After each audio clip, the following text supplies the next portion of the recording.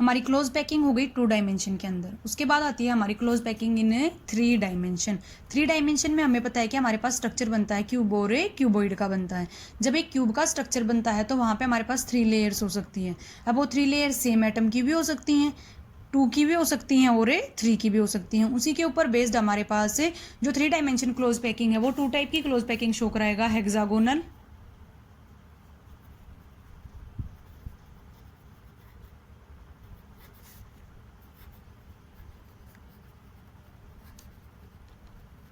और second show कराएगा भाई क्यूबिक क्लोज पैकिंग।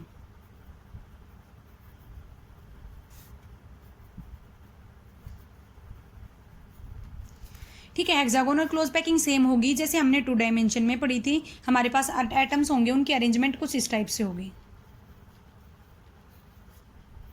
2 टाइप के एटम प्रेजेंट होंगे इसके अंदर। हमारे पास जो अरेंजमेंट होगी वो क्या होगी, ए बी अरेंजमेंट होगी।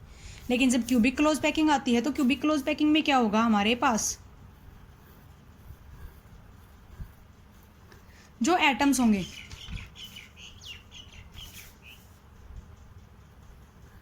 वो 3 टाइप्स के होंगे। जो एटम्स होंगे वो क्या होंगे बेटा, 3 टाइप्स के होंगे। इसके अंदर जो अरेंजमेंट होगी वो 3 टाइप्स के एटम की होगी, अलग अलग अरेंजमेंट होगी बिल्कुल ही। एक ये हो गया हमारे पास, सेकंड टाइप ये हो गया हमारे पास, और थर्ड टाइप ये हो जाएगा हमारे पास। तो जब क्यूबिक क्लोज पैकिंग होती है उसमें 3 टाइप के एटम होंगे, ए बी और सी। तो यहाँ से जो अरेंजमेंट होगी वो क्या होगी, ए बी सी। तो जब हम क्लोज पैकिंग की स्टडी करते हैं तो हमारे पास 3 टाइप की अरेंजमेंट होंगी, square close packing, hexagonal close packing and cubic close packing. जैसे देखो हमने 3 डायमेंशन में स्टार्ट किया है क्लोज पैकिंग। ये यहाँ पे स्क्वायर क्लोज पैकिंग, मतलब जब हमने उसके एज ए स्क्वायर इनको क्लोज कर रखा है और यहाँ से क्या बन गया है, क्यूब। एटम है वो सारे एक टाइप के हैं, ए टाइप के हैं। ठीक है भाई। उसके बाद देखो ये हमारे पास हेक्सागोनल क्लोज पैकिंग है, ठीक है, जिसमें हमारे पास पार्टिकल है वो एक दूसरे के ऊपर अरेंज होंगे, जैसे हमने 2 डायमेंशन में पढ़ी थी। ये देखो 2 डायमेंशन के अंदर हमारे पास क्या थी, एक स्क्वायर फॉर्म हुआ था, स्क्वायर क्लोज पैकिंग। यहाँ से एक हेक्सागोन फॉर्म हुआ था, क्या हो गया, एक हेक्सागोनल क्लोज पैकिंग। अब हमारी 3D की बारी आई। 3D के अंदर देखो ये हमारे पास 2 टाइप की क्यूबे, हमारे पास ज़्यादातर अरेंजमेंट पूछी जाती है। हमारे पास क्यूबिक क्लोज पैकिंग होगी और सेकेंड हमारे पास क्या होगी, हेक्सागोनल क्लोज पैकिंग। तो जब क्यूबिक क्लोज पैकिंग होगी तो हमारे पास 3 टाइप के एटम अरेंज हैं। देखो 3 टाइप के अरेंजमेंट है तो उसको हम क्या कहेंगे, क्यूबिक क्लोज पैकिंग। यहाँ पे 2 टाइप के एटम अरेंज है तो उसको क्या कहेंगे, हेक्सागोनल क्लोज पैकिंग। ठीक है भाई। तो हमारे पास 3D के अंदर 2 टाइप की क्लोज पैकिंग होंगी, हेक्सागोनल और क्यूबिक क्लोज पैकिंग होंगी। ये देखो पार्टिकल्स को इनको अरेंज करके दिखाया गया है कि हेक्सागोनल में और क्यूबिक, उसमें सिंपल क्यूबिक में हम कैसे इनको पैक कर सकते हैं। ठीक है भाई। उसके बाद आता है पैकिंग एफिशिएंसी कैलकुलेट करेंगे कि एटम है वो कैसे अरेंज हुए हैं। ठीक है भाई।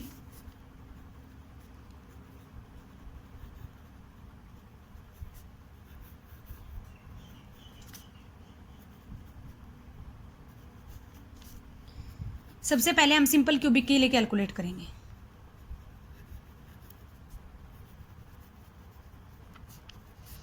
Packing efficiency for simple cubic unit cell. Simple cubic unit cell, जब हमने यूनिट सेल के बारे में पढ़ा था तो हमारे पास 2 टाइप की यूनिट सेल थी, प्रीमिटिव और नॉन प्रीमिटिव। जिन पे खाली कॉर्नर्स के ऊपर एलिमेंट रखे हुए हैं उनको कहा था प्रीमिटिव, और जिनमें कॉर्नर्स के अलावा फेस पे रखे हुए हों या बॉडी पे रखे हुए हों उनको हमने क्या कहा था, नॉन प्रीमिटिव। तो सिंपल क्यूबिक जिसमें क्या हो, एटम्स आर प्रेजेंट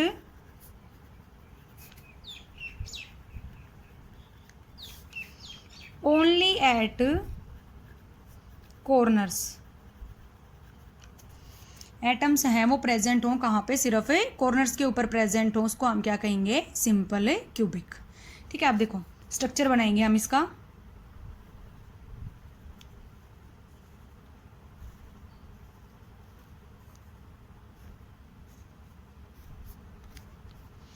ये होगा इसका स्ट्रक्चर जिसमें हमारे पास एटम है वो कॉर्नर पे रखे हुए हैं ऐसे। अगर हम इसका ओपनली स्ट्रक्चर देखें तो क्या होगा कि पहले जो 4 एटम हैं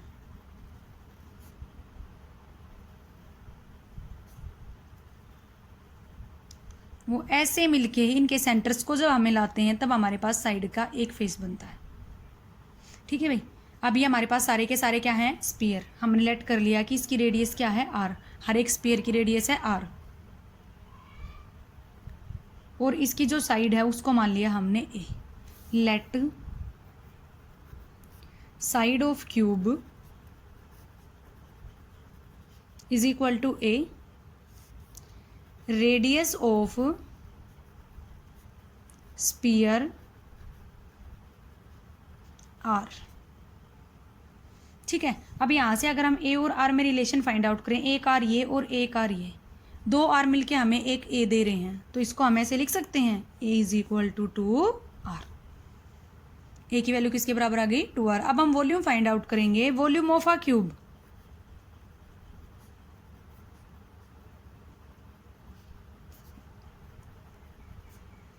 क्यूब ऑफ साइड। सेकेंड हम फाइंड आउट करेंगे वॉल्यूम ऑफ स्पीयर।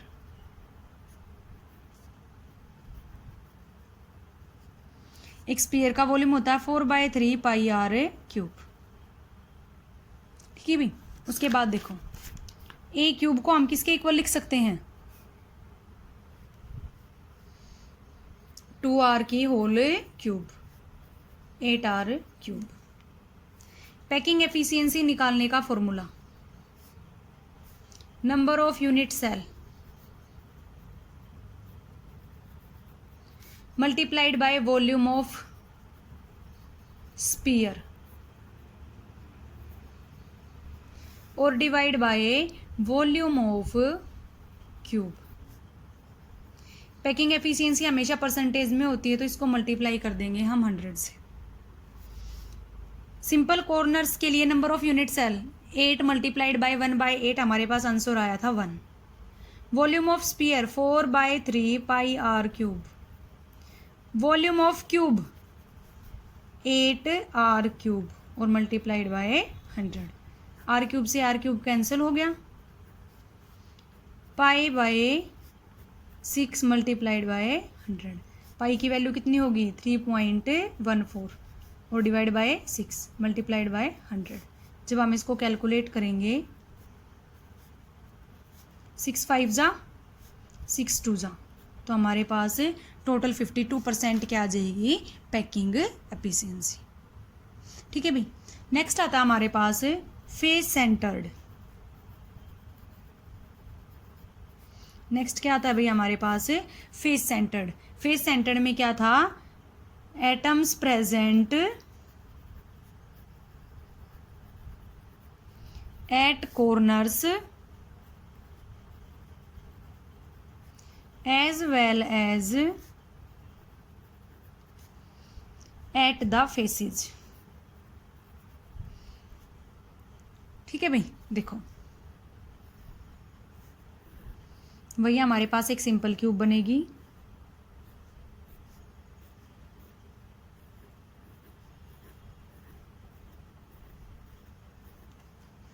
इसमें क्या होगा कि एटम है वो कहाँ पे भी रखा हुआ होगा, फेसेस के ऊपर भी रखा हुआ होगा ऐसे। अगर हम इसका ओपन स्ट्रक्चर देखें तो ये स्ट्रक्चर कुछ इस टाइप से होगा।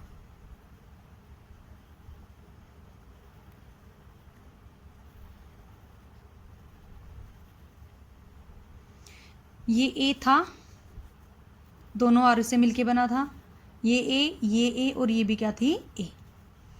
ठीक है, अब इस साइड को इससे मिला दो ऐसे, जैसे मैंने इसको यहाँ से इधर मिला दिया, एक ट्रायंगल बन गया हमारे पास ए बी और सी। ट्रायंगल ए बी और सी। ठीक है, in triangle A B C,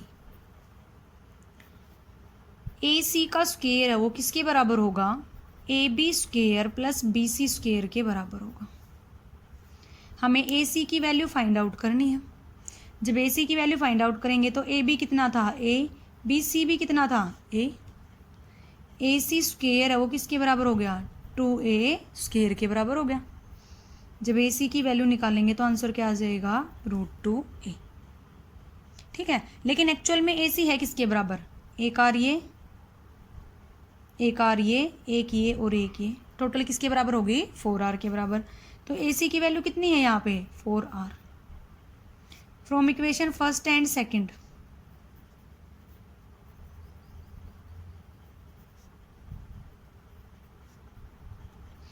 जब हमने फर्स्ट और सेकंड इक्वेशन को देखा तो उसमें क्या आया हमारे पास, ये दोनों की लेफ्ट साइड बराबर है तो राइट साइड भी बराबर होंगी। 4r किसके बराबर आ जाएगा, √2a के बराबर आ जाएगा।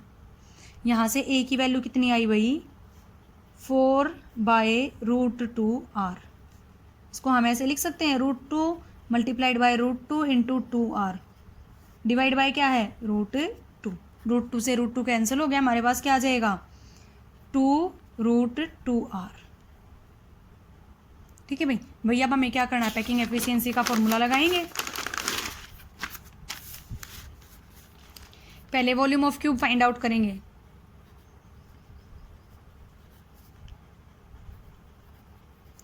ए क्यूब को किसके इक्वल रख सकते हैं हम, 2√2r की होल क्यूब।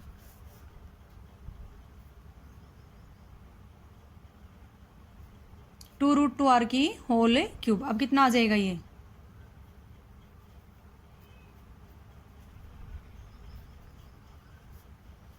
16√2r की क्यूब।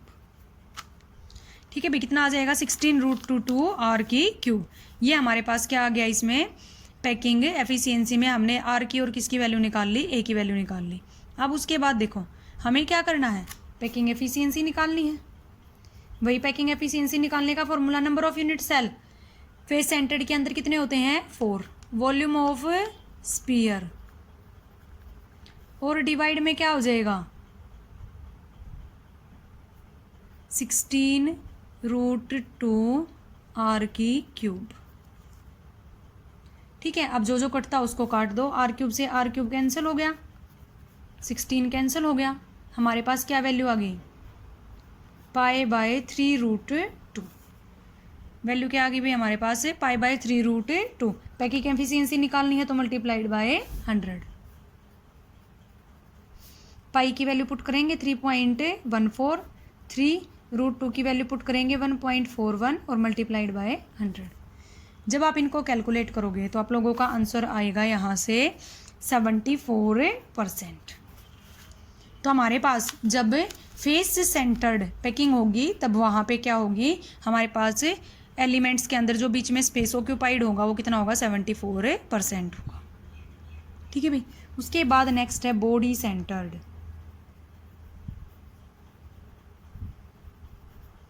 उसके बाद नेक्स्ट क्या है भाई, बॉडी सेंटर, जिसमें क्या हो, atoms are at corners as well as at the body. Corners पे भी रखे हुए हों और कहाँ पे रखे हुए हों, बॉडी के ऊपर रखे हुए हों। तो देखो कैसे होगा, ये है हमारे पास एक क्यूब, ऐसे वही एटम्स है कहाँ रखे हुए हैं, कॉर्नर्स के ऊपर रखे हुए हैं, और एक एटम है ना यहाँ बॉडी के ऊपर रखा हुआ है। ठीक है भाई, एक एटम है वो कहाँ रखा हुआ है, बॉडी के ऊपर रखा हुआ है। तो देखो जब हम इसकी पैकिंग एफिशिएंसी निकालेंगे तो इस लाइन को इससे मिलाएंगे, क्योंकि हमें बनानी है एक ट्रेंगल, सॉरी भाई, और ट्रेंगल बनेगी यहाँ से। अब मैंने इसको इससे मिला दिया फेस सेंटर्ड में जो हमने कैलकुलेट किया था, और इसको इससे मिला दिया। ये ए बी सी तो हमने फेस सेंटर्ड के लिए बनाई थी, और ये ए सी और डी हमारे पास किसके लिए बन गई, बॉडी सेंटर्ड के लिए बन गई। ठीक है, ये ट्रायंगल बन गई यहाँ पे। उसके बाद देखो in triangle A C D, ए सी की वैल्यू हमें पता है √2a आई थी हमारे पास। ठीक है, सी डी की वैल्यू हमें पता है किसके बराबर है, a के। ए डी का स्क्वायर किसके बराबर होगा, ए सी का square plus C D square के बराबर होगा। अब ए सी कितनी है, √2a का स्क्वायर, और प्लस में यहाँ पे किसका हो जाएगा, a स्क्वायर। ये हो जाएगा 2a square plus a square, 3a square. जब हम यहाँ से ए डी की वैल्यू फाइंड आउट करेंगे तो क्या आ जाएगा, √3a। ठीक है भाई। अब देखो ए डी की एक्चुअल में जो वैल्यू होगी वो 4r के बराबर ही होगी, 4r से ज़्यादा नहीं होगी। अब ए डी यहाँ पे 4r के बराबर है, वहाँ पे ए डी है वो किसके बराबर है, √3a के बराबर है। a की वैल्यू किसके बराबर आ गई भाई, 4/√3r के बराबर आ गई।